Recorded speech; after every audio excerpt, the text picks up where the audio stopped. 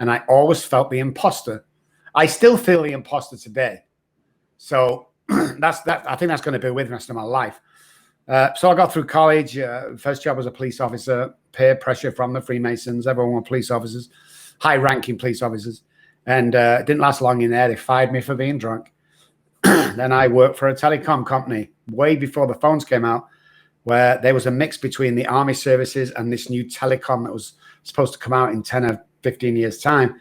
And I thought, I can do this after 2 or 3 weeks, a month. I don't know how long. I can do this. And that's what I've always said. I don't need to go to medical school to learn to be a surgeon. Show me how to do it in 3 days, and I can do exactly the same as you.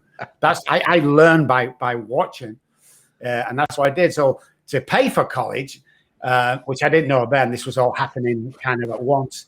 I applied. I saw a bass playing job, same again with the music melody, it was called. And I looked at a bass playing position going to Abbey Road. This was like late 70s. And I thought, I can do that. So I went down with 30 other men who were seasoned bass players on the road, some of them with famous people. But I had no fear. I noticed I had no fear. And I'd found alcohol by then. So before I went into my first audition, I had 1 beer. When they called me back for a second, I thought, well, obviously it's the alcohol, so I'll take 2 beers. I had 7 auditions for that position. So on the 7th time I went in, after 7 beers, I couldn't really stand up. But I got on my chair, I played my session, I went home and I waited for the answer. And I got a letter a week and a half through the mail saying I got the position. So my college was paid for from my session work. I've played with guys like Elton John, Bowie, Freddie Mercury, plus bunches of more, because they all had to come through there at one time, and I was the session bass player. And what happens with bands is, especially if they bring an album out for the first time, everyone start getting paid.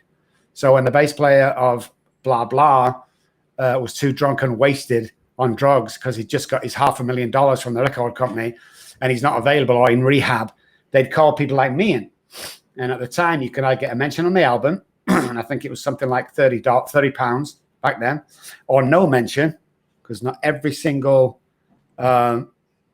track would end up anywhere, or you get like $500 with no mention. So everybody took the $500. So I was earning some crazy money, driving a 911 at the age of 18, 19.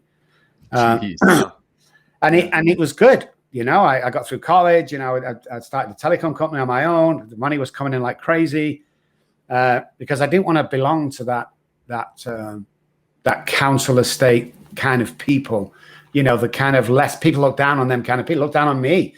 And then I met a girl, got married, and had 2 children, and everything was good. But I'm drinking every day now.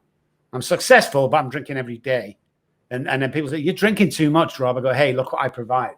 Look at the cars outside." Even my wife, swore. When the first baby was born, went down to the hospital, and I swore to my wife, and I had a Bible. I put my hand on the Bible, and I swore to God, myself, and my wife that I'd never drink alcohol again. And 3 hours later, I was drunk.